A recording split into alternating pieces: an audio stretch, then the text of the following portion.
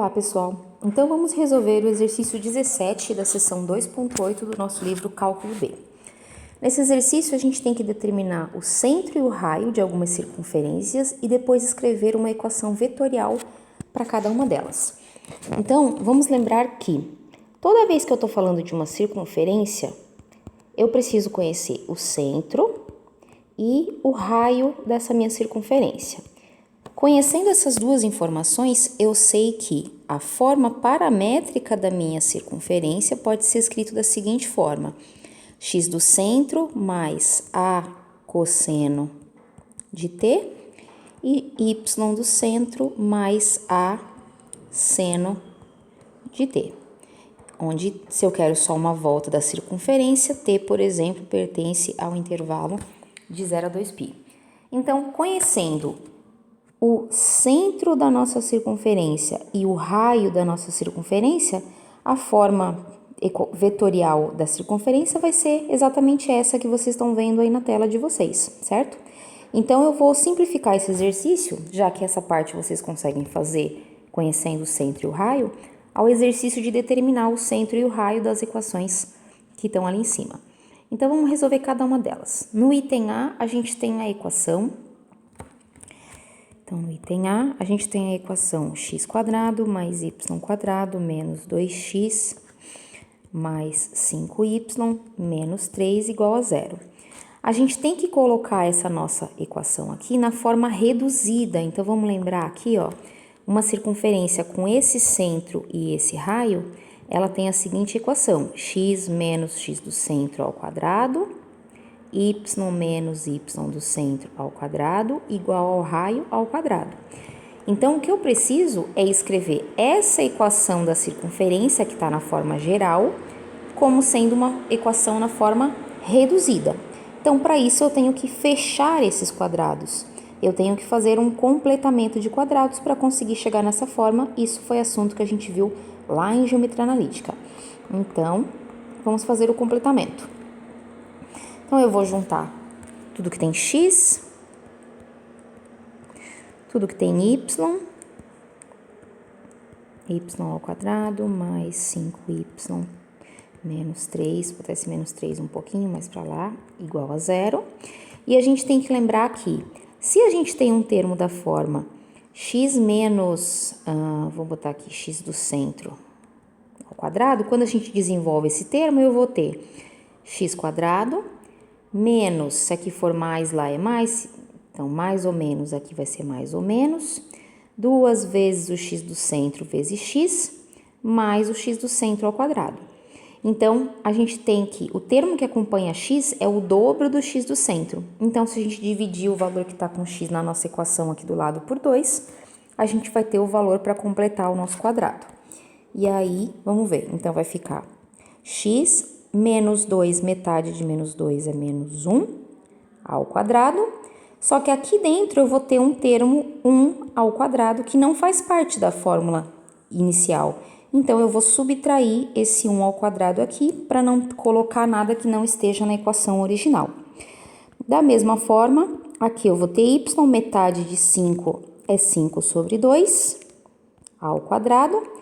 E aqui desse termo quadrático vai sair um quadrado desse 5 sobre 2, que é 25/4. Então, esse 25/4 eu vou eliminar com um sinal de menos. Eu já tinha um menos 3 que fazia parte da equação, portanto, a equação reduzida dessa circunferência do item A vai ser x² menos 1 ao quadrado, y mais 5 meios ao quadrado, e se a gente juntar esse 1 ao quadrado, esse 25/4 e esse menos 3, nós vamos ter 41/4 negativo, que eu já vou passar para o outro lado, 41 sobre 4. Portanto, o x do nosso centro é 1, porque o menos faz parte da fórmula da equação da circunferência. O meu y do centro é menos 5 meios. E o meu raio, que eu chamei ali de A, é a raiz quadrada desse valor, que é raiz quadrada de 41. Se eu tirar a raiz em cima e embaixo fica 2. Então, com essas informações, vocês conseguem calcular a equação vetorial dessa circunferência do item A. Seguindo agora para o item B, nós temos então, vamos lá resolver o item B. Então, agora fazendo o mesmo trabalho de completamento de quadrado, só que agora com o item B. Então, eu já vou escrever o item B aqui, colocando o que tem x mais pertinho do outro, o que tem y mais pertinho, e aqui eu não tenho nenhum valor sozinho, então vai ficar igual a zero. Completando o meu quadrado, metade de menos 6 é menos 3. Ao quadrado, eu tenho que subtrair o 3 ao quadrado, que vai sair de dentro desse completamento. Com y, metade de 8 é 4, e eu tenho que subtrair o 4 ao quadrado, que vai sair do meu completamento. Portanto, a minha equação vai ficar x menos 3 ao quadrado, y mais 4 ao quadrado, e 16 mais 9 é 25, que nada mais é do que 5 ao quadrado. Então, nesse caso, o meu x do centro é 3, o meu y do centro é menos 4, porque tem um menos na fórmula da circunferência, e o meu raio é 5. Com essas três informações, a gente consegue calcular a equação vetorial da nossa circunferência, usando aquele formato que eu apresentei para vocês anteriormente. E aí, no item C, para a gente finalizar o exercício 17, a gente tem a mesma ideia.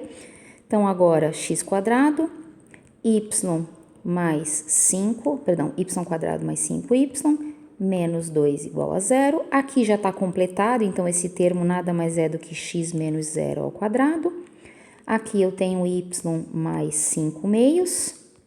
Daqui de dentro vai sair um 25 quartos que eu tenho que subtrair para minha equação continuar equilibrada.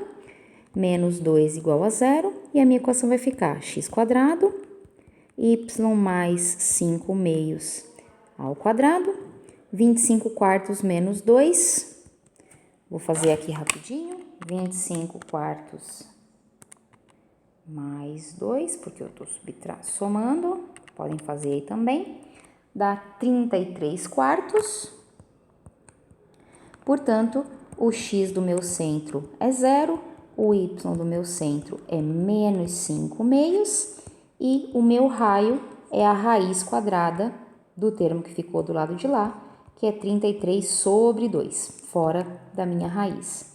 E aí, com isso, eu consigo completar, e se vocês olharem no gabarito, vocês vão chegar exatamente na parametrização envolvendo esse x do centro, esse y do centro e esse raio.